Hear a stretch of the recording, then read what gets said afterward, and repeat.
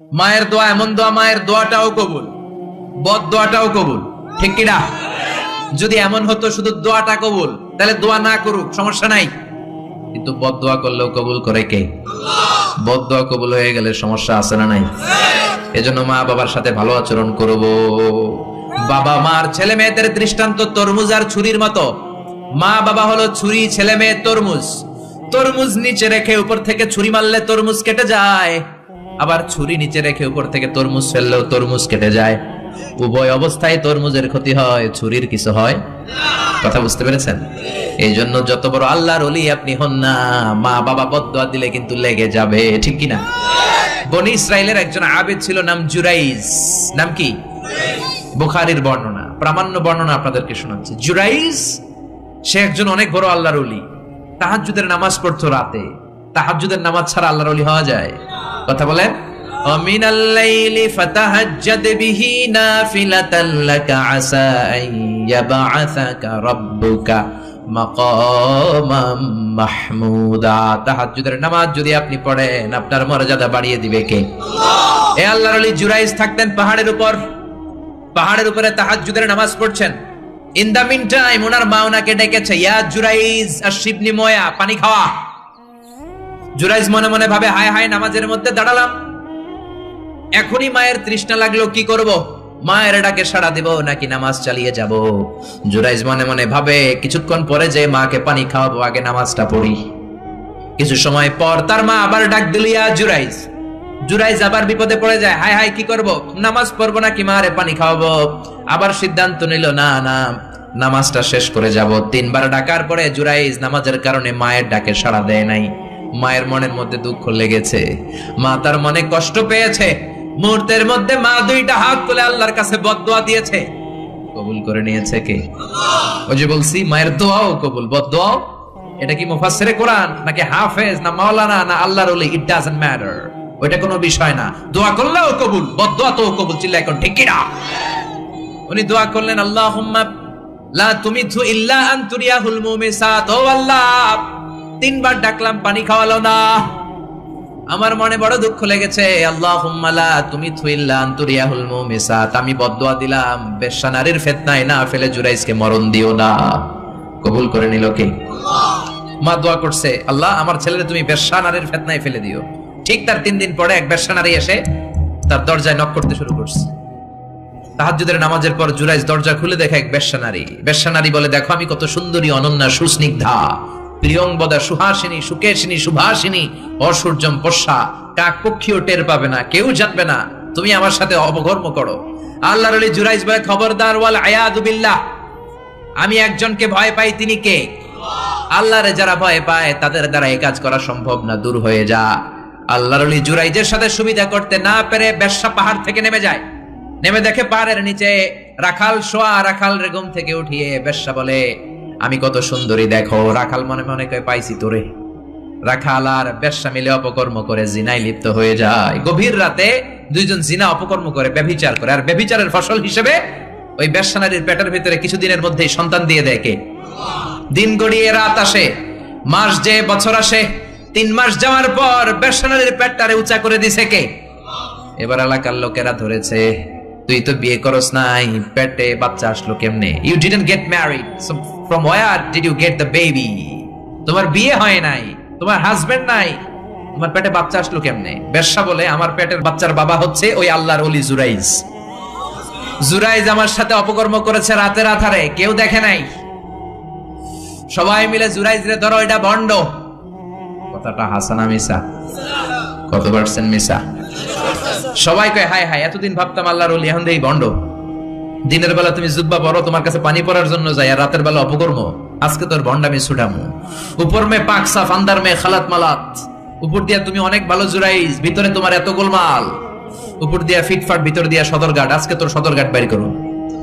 সবাই লাঠি সোটা নিয়ে তার গির্জা ভাঙতে গিয়েছে। গির্জা ভেঙে মাটির সাথে মেসাকার। কলার ধরে টেনে হিচড়ে জমিনে নামানোর পরে জুরাইজ বলে, কি অপরাধ করলাম? ওইটাই তো কইলি না, মারস কেন? কয়, তুই একটা ভণ্ড। তুই কি?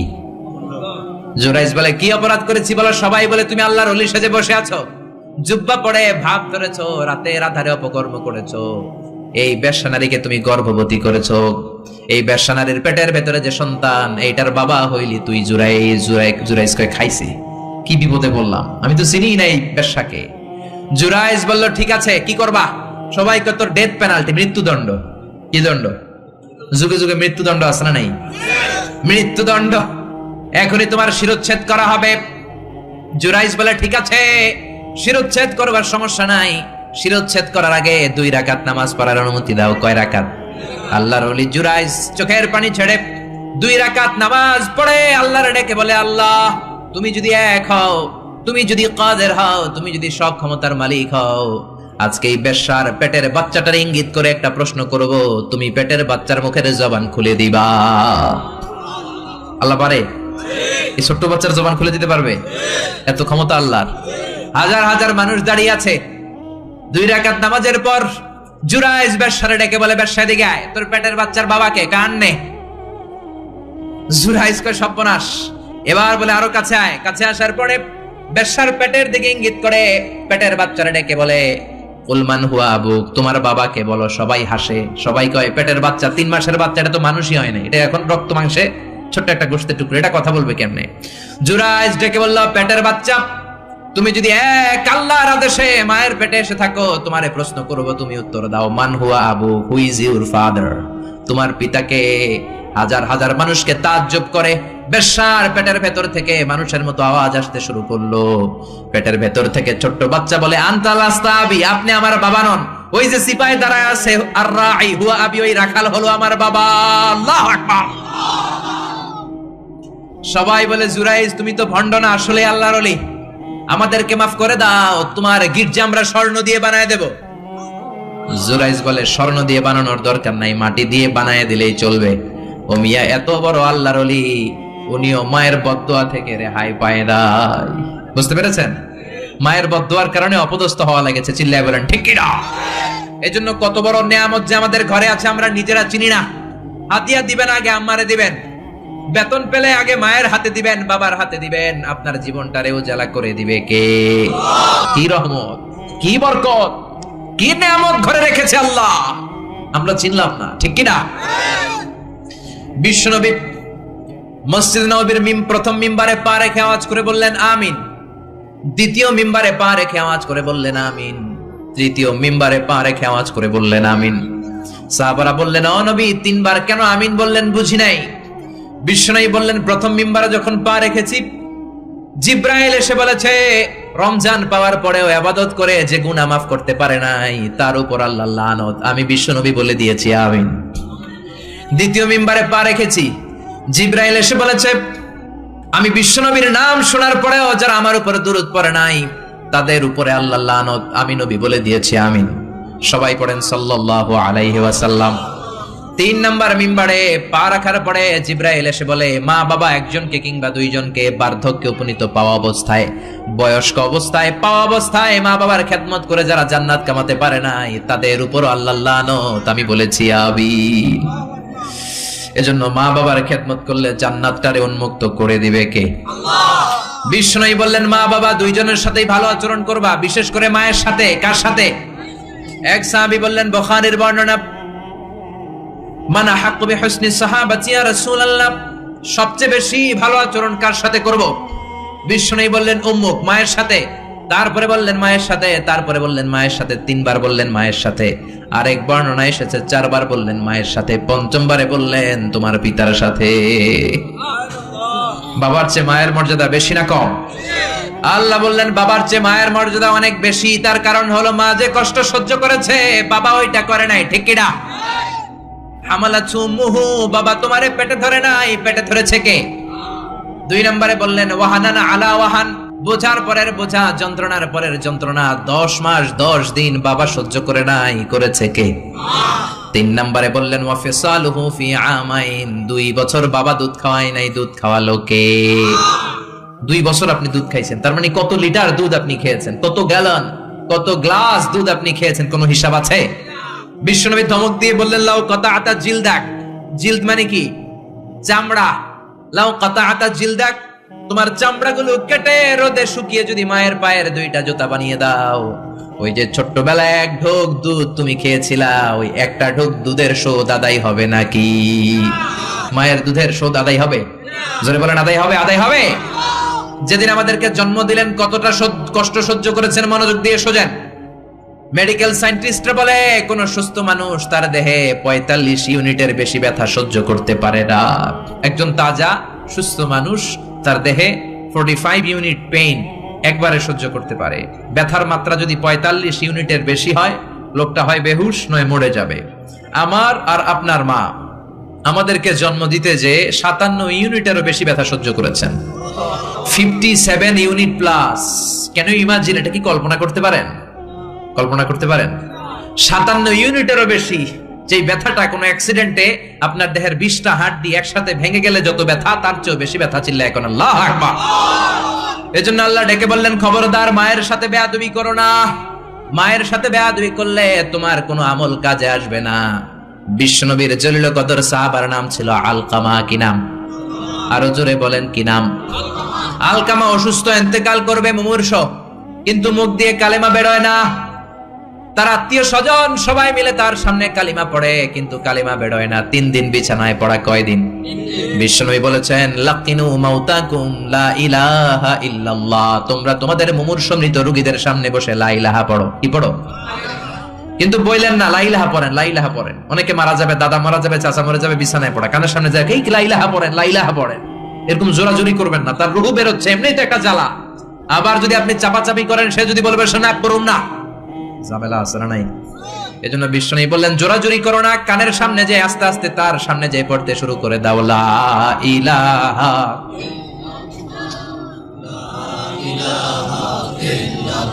লা ইলাহা ইল্লাল্লাহু মুহাম্মাদুর রাসূলুল্লাহ। লাকিনু মাউতাকুম লা ইলাহা ইল্লাল্লাহ। তোমাদের মৃতদের সামনে যে, মুমূর্ষদের সামনে যে কালিমার তালকিন দাও। আলকামা নামক সাহাবীর মুখ দিয়ে কালিমা বেরোয় না। বিশ্বনবী বেলালকে আর সুহাইবকে, 2 সাহাবীরে পাঠালেন, যাও কালিমার তালকিন দাও। বেলাল যে তালকিন দেয় তারপরেও বেরোয় না, জিহ্বায় আটকে যায়। বিশ্বনবী আলকামার বিবিরে ডেকে পাঠালেন। আলকামার বিবি আসার পরে বিশ্বনবী বললেন, ও আলকামার বিবি, আলকামা কেমন ছিল? বিবি বলে, নামাজি ছিল, অনেক দানশীল ছিল, কোনো খারাপ আমল ছিল না। আলকামার বাবা মা কেউ বেঁচে আছে নাকি? আছে। কে আছে? মা আছে, মারা ডাকো। ও আলকামার মা, তোমার আলকামা কোনোদিন নামাজ ছেড়েছে কিনা? না। রোজা ছেড়েছে কিনা? না। মানুষের সাথে খারাপ আচরণ করেছে কিনা? না। তোমার সাথে কেমন আচরণ করেছে? তোমার সাথে কেমন আচরণ করেছে? এই প্রশ্ন করার পরে আলকামার মা কাঁদতে শুরু করে দিলেন। আলকামার মা বলে, নবী আমার কথা শুনতো না, শুধু বউয়ের কথা শুনতো। বউয়ের ওড়না ধরে পিছু পিছু ঘুরতো, আমার মনে কষ্ট দিয়েছে।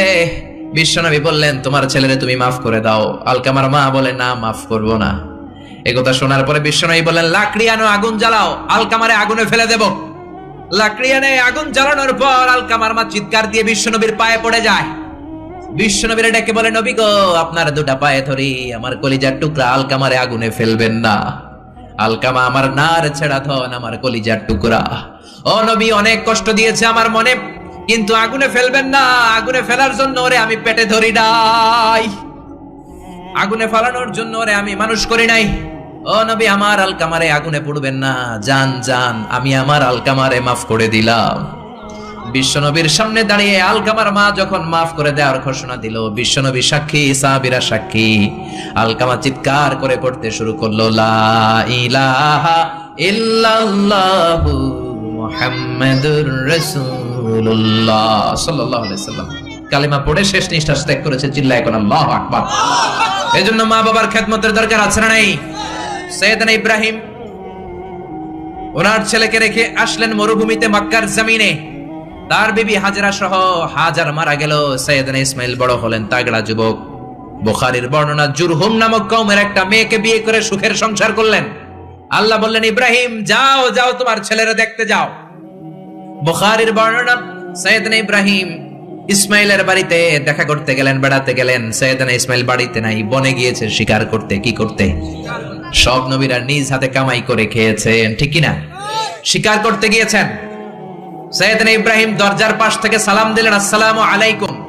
ভেতর থেকে কর্কশ কণ্ঠে, ঝাঁঝালো কণ্ঠে, রাগ মাখা কণ্ঠে একটা মেয়ে উত্তর দেওয়া, আলাইকুম আসসালাম। সৈয়দনা ইব্রাহিম বললেন, কাইফা হালুকি ইয়া উম্মি, ও মা তুমি কেমন আছো? মেয়েটা ভিতর থেকে বলে বেশি ভালো নাই। দিনকাল কেমন চলে? কয় সুবিধার না। খাওয়া দাওয়া হয়নি? কয় না হয় না। আমনে কেডা? সাইয়েদনা ইব্রাহিম বলে আমারে চিনবা না? ইদা জাআ যাওজুকি মিনাল গাবা, তোমার স্বামী যখন বন থেকে ফিরবে, ফাকরাই আলাইহিস সালাম, তোমার স্বামীর একটা সালাম দিবা। ওয়া মুরিহিয়া ইগাইরা আতাবাতা বাবিহি, আর বলবা ঘরের দরজার চৌকাঠ যেন পাল্টে ফেলে। চলে গেলেন। বিকেল বেলা সাইয়েদনা ইসমাইল চলে আসলেন। আসার পরে বিবি বলে একটা বুড়া আইছিল। বুড়া কে আইছিল? সাইয়েদনা ইসমাইল বলে বুড়া আসবে কোত্থেকে? কেন এসেছে? কি জন্য এসেছে? কি বলেছে? তার স্ত্রী বলতে লাগলো আপনারে সালাম দিয়েছে। ওয়ালাইকুমুস সালাম, আর বলেছে আপনি যেন ঘরের দরজার চৌকাঠ যেন পাল্টে ফেলেন। এই কথা বলার সাথে সাথে সাইয়েদনা ইসমাইল ভয় পেয়ে গেলেন, লাফ দিয়ে উঠলেন। কি? ঘরের দরজার চৌকাঠ পাল্টে ফেলতে বলেছে ওই বয়স্ক লোক? ও মিয়া, চোর চিনে চোরের সিগন্যাল, পুলিশ চিনে পুলিশের সিগন্যাল, আর নবী চিনে নবীর। উনি নবী, বাবাও নবী। বাবা ইব্রাহিমের সিগন্যাল বুঝে ফেলেছে। চিৎকার দিয়ে বলে, ও কপাল পুল্লি, তুই কপাল পুল্লি, নিজের কপালে নিজে কুড়াল মারলি। যারে বুড়া বইলা গালি দিলি, বুড়া না, তোর শ্বশুর আমার বাবা ইব্রাহিম খলিল। আমার বাবা যেই কথাটা বলে গিয়েছে, কথাটা তো সুবিধার না, এটার গ্রিন সিগন্যাল না, রেড সিগন্যাল। আমার বাবা বলেছে তোরে যেন আমি তালাক দেই, আমি যেন তোরে ডিভোর্স দেই। গেট আউট, বের হয়ে যা, ডিভোর্স দিয়ে দিলাম। আপনার আব্বাও যদি রাগ করে রাখে, পোলা তোর বউরে ডিভোর্স দিয়ে দিবেন নাকি? আবার দিয়ে দিয়েন না। আপনার বাবাও বাবা, ইসমাইলের বাবা ইব্রাহিমও। উনি সাধারণ বাবা নন, আল্লাহর পক্ষ থেকে ওহী পেয়ে উনি কথা বলেন। আপনার বাবাও যদি রাগ করে বলে, ও বাবা তোর বউরে তালাক দিয়ে দিয়েন না, কি করবেন? সংলাপ করবেন, সমঝোতা করবেন। আমাদের দুই নেত্রী সংলাপ করে না তো কি হইছে? আমরা ঘরে করব, ঘরে ঘরে আমরা সংলাপ সমঝোতা করবো। চিল্লা এখন ঠিক কিনা? মিটিং করবেন, মিলায়া দিবেন। ইসলাম বলে মিলায়া দাও, লাগায়া দিও না। কিছু লোক আছে লাগায়া দেয়, আছে না নাই? দুইজন ঝগড়া করে মিলায়া দেন, আপনার মর্যাদা বাড়িয়ে দিবে কে? আগুন ধরলে আপনারা কি দিয়া নিবান? অনেকে ওটার মধ্যে তেল ঢালে, আছে না নাই? আর একটু জ্বলুক, আর একটু লাগুক, ভালোই লাগে, আছে না নাই? বিশ্বনবী মিলাই দিতেন, লাগাই দিতেন না। আপনি মিলাই দিবেন, আল্লাহ আপনার মর্যাদা বাড়ায় দিবে। আপনার বাবা যদি বলে তোর বিবিরে তালাক দে, বাবারেও বুঝান, বউরেও বুঝান। আরে তালাক তো অনেক পরের কথা। আমরা ইসলামের দেয়া তালাকের সিস্টেম মেনে চললে বাংলাদেশের ডিভোর্স রেট কমে যাবে, কোনো তালাকই হবে না, ঠিক কি না? ইসলাম পঞ্চম স্টেপে তালাক দিতে বলেছে, ফিফথ স্টেপ। ফার্স্ট স্টেপ হচ্ছে ফাইদুহুন্না, ওয়াইফ কথা শুনে না, কক্সবাজার ঘুরতে নিয়ে যাও, কথা শুনবে। সুবহানাল্লাহ পড়েন। কথা শুনে না, যমুনা ফিউচার পার্কে নিয়ে যাবা, বসুন্ধরা শপিং কমপ্লেক্স থেকে দামি শাড়ি কিনে দেবা, আউটিং এ যাবা, হ্যাং আউট করবা, কথা শুনবে, ঠিক কি না? বিশ্বনবী বললেন রিফকাম বিল কাওয়ারির, নারীদের মন নরম, তাদের সাথে নরম ভাবে কথা বলতে হবে, গরম হইলেই ঝামেলা, ঠিক কি না? তাহলে কথা না শুনলে প্রথমে আল্লাহ বললেন ফাইদুহুন্না, ওয়াজ করো, বেড়াতে নিয়ে যাও। এইটাতেও কাজ হয় না, 2 নম্বরে বললেন ওয়াহজুরুহুন্না ফিল মাদাজি, বিছনা আলাদা করো, তারে এক রুমে ঘুমাতে দাও, তুমি আর এক রুমে ঘুমাবা। এই বিচ্ছেদে হয়তো তার মনের মধ্যে হেদায়েত চলে আসবে, এইটাতেও কাজ হয় না। 3 নাম্বার স্টেপ ওয়াদরিবুহুন্না, শাসন করো। অনেকে ওয়াদরিবুহুন্নার ব্যাখ্যা করে পিটাও না, বিশ্বনবী তার একটা বিবিরও পিটায় নাই, ঠিক কি না? ওয়াদরিবুহুন্না মানে শাসন করো, একটু করা হও, যদিও শাব্দিক অর্থ পিটাও, কিন্তু এখানে পিটানোর অর্থ নেওয়া যাবে না। এর ব্যাখ্যা কি হবে? ব্যাখ্যা করতে যে মুফাসসিররা হয়রান হয়ে গিয়েছে। কোন মুফাসসির বলে ছোট্ট কাঠি দিয়া পিটাইবেন, এই কথা হনস না কেন? 2টা বাচ্চা হয়ে গেছে, এত সুখের সংসার, কত ঘুরলাম, কত সুন্দর সংসার করলাম, এখন সংসারটা ভেঙে গেলে আমার হবে কি? তুই আমার কৈতরি, তুই আমার টুনটুনি, তুই আমার পরাণের পরাণ, এরকম বইলা লাঠি দিয়ে আস্তে আস্তে বাড়ি দিবেন। অনেক মুফাসসির বলেছে না, মেসওয়াক দিয়ে বাড়ি দিবেন। অনেক মুফাসসির কয় না, কোল বালিশ দিয়ে পিটাইবেন, যাতে হাত পা না ভাঙে, ঠিক কি না? তাহলে ওয়াজ করলেন শুনে না, বিছানা আলাদা করলেন শুনে না, তারপরে তাদেরকে একটু কড়া হন, শাসন করেন, তা তো শুনে না। তারপরে কোরআন বলল ফাবাআসু হাকামাম মিন আহলিহি হাকামাম মিন আহলিহা, শ্বশুর পক্ষের লোকেরা, ওই পক্ষের লোকেরা, মুরব্বিরা বসে মিলমিশ করে দেওয়ার চেষ্টা করবে, তাতেও শুনে না। 4টা শেষ, এরপরে 5ম নাম্বারে তালাক। তাও একবারে 3 তালাক দেওয়া যাবে না। তালাক 2 ধরনের, তালাক সুন্নি, তালাক বিদঈ। একটা হচ্ছে সুন্নতি তালাক, আর একটা হচ্ছে বেদাতি তালাক।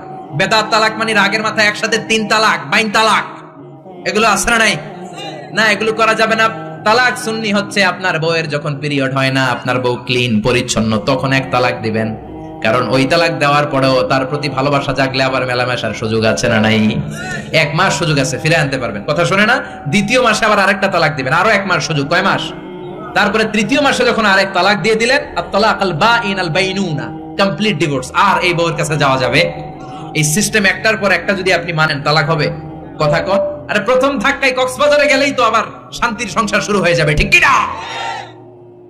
এজন্য ধাপে ধাপে ওমরে ফারুকের জামানায় এক লোক তার স্ত্রীকে 100 তালাক দিছে। বউ এসে বিচার দিছে, আমার জামাই আমার 100 তালাক দিছে। 100 তালাক দিছে, নিয়ে আসো তোমার হাজবেন্ডে। নিয়ে আসা হলো, কিরে কয় তালাক দিছস? কয় 100। কি লেগে দিছস? দিবি 3টা। দিছস 100টা, কারণ কি? কয় মেজাজ গরম আছিল। ওমরে ফারুক বলে, তারা বিচার করে দিচ্ছে, 3 তালাকে তোর বউ তালাক, বাকি 97 তালাক তোর পিঠের উপরে পড়বে। এরকম নিয়ম যদি বাংলাদেশে থাকে, উল্টা পাল্টা তালাক হবে? ধরে বলেন।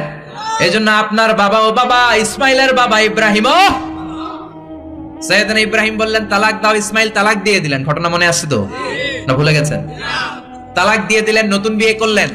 3 বছর পর আবার সাইয়েদনা ইব্রাহিম দেখা করতে আসলেন। আজকেও সাইয়েদনা ইসমাইল বাড়িতে নাই, বনে গিয়েছে শিকার করার জন্য। আজকেও সাইয়েদনা ইব্রাহিম এসে সালাম দিল, আসসালামু আলাইকুম। আজকে জাদুমাখা কণ্ঠে, মধুমাখা কণ্ঠে, সুরেলা কণ্ঠে একটা মেয়ে উত্তর দিল, ওয়া আলাইকুমুস সালাম। জিজ্ঞেস করলো, কাইফা হালুক ইয়া উম্মি, মা কেমন আছো? মেয়ে কয়, আলহামদুলিল্লাহ আলা কুল্লি হাল, সব সময় আমরা ভালো আছি। সুবহানাল্লাহ কইবেন না? দিনকাল কেমন যায়? কয় খুব ভালো। খাবার দাবার? কয় খুব ভালো। আপনি কে? আমার চিনবা না? মেয়ে বলে, আপনারে আমি চিনতে চাই। এই মরুভূমিতে কেউ কোনোদিন আমাদের খবর নেয় না। কে আপনি? মুরব্বী বাজান, দয়ালু মানুষ, আমাদের খোঁজ খবর নেয়ার জন্য এসেছেন। বাইরে রোদ্রের মধ্যে দাঁড়িয়ে আছেন কেন? ভিতরে আসেন। সাইয়েদনা ইব্রাহিম ঢুকতে চায় না, মেয়েটা জোরাজুরি শুরু করেছে। জোর করে ঘরে ঢুকালো, শরবত বানিয়ে খাওয়ালো, রুটি বানিয়ে খাওয়ালো, খেজুর বানিয়ে খাওয়ালো, ছাগল পালতো, ছাগলের দুধ খাওয়ালো। সাইয়েদনা ইব্রাহিম এই আপ্যায়ন দেখে চোখের পানি ছেড়ে মেয়েটার জন্য দোয়া করে দিল। ও মেয়ে, এইটাও মাইয়া, আগেরটাও। আহা, সাইয়েদনা ইব্রাহিম দোয়া করে দিল আর বললে, ইদা জাআ যাওজুকি মিনাল গাবা, তোমার স্বামী যখন বন থেকে ফিরে আসবে, ফাকরাই আলাইহিস সালাম, স্বামীর একটা সালাম দিবা। ওয়া মুরিহি আইয়ুসবিতা আতাবাতা বাবিহি, আর বলবা ঘরের দরজার নতুন চৌকাঠ যেন জীবনেও না পাল্টায়। সাইয়েদনা ইসমাইল ফিরলেন। ওয়াইফ বলতেছে, নুরানি চেহারার এক আল্লাহর ওলির মতো লোক আসছিল, মুরব্বি টাইপের। মুরব্বি টাইপের, এইটা শুনে তো সাইয়েদনা ইসমাইল ভড়কে গিয়েছে, লাভ দিয়ে উঠছে। কি মুরব্বি? কারণ আগের একটা তিক্ত অভিজ্ঞতা আছে না নাই? চিৎকার দিয়ে বলে, তাড়াতাড়ি বল কেমন আচরণ করেছিলি বল। বিবি বলে, আপনি ভয় পাবেন না, অনেক ভালো আচরণ করেছি, আপ্যায়ন করেছি। উনিও আমার মাথায় হাত বুলিয়ে দোয়া করেছেন, আপনারে সালাম দিয়েছেন, আর বলেছেন ঘরের দরজার নতুন চৌকাঠটা যেন জীবনেও আপনি না পাল্টান। আদরের চোটে বিবিকে জড়িয়ে ধরলেন, বললেন, ও বিবি, তুই তো পরীক্ষায় গোল্ডেন এ প্লাস। কি পাইছস? গোল্ডেন। নুরানি চেহারার যে লোকটা এসেছিল সাধারণ কোন লোক নয়, তোমার শ্বশুর, আমার বাবা ইব্রাহিম খলিল। আমার বাবা চৌকাঠ বলতে তোকে বুঝিয়েছে আর বোঝাতে চেয়েছে, এই যে তোরে আমি বিয়ে করেছি, জীবনেও যেন তোরে তালাক না দেই। তোর হাতটা যে দুনিয়াতে আমি ধরেছি, তোর হাত ধরেই যেন দুজনে জান্নাতে ঢুকে যায়। এজন্য বাবা মার দোয়ার দরকার আছে না নাই? নিতে রাজি আছেন তো? আছেন? আছেন? আপনি যত বড় আল্লাহর ওলি হন, বাবা মা বদদুয়া দিয়ে দিলে সব শেষ, দুনিয়াও শেষ, আখিরাতও আমও শেষ। সালাম।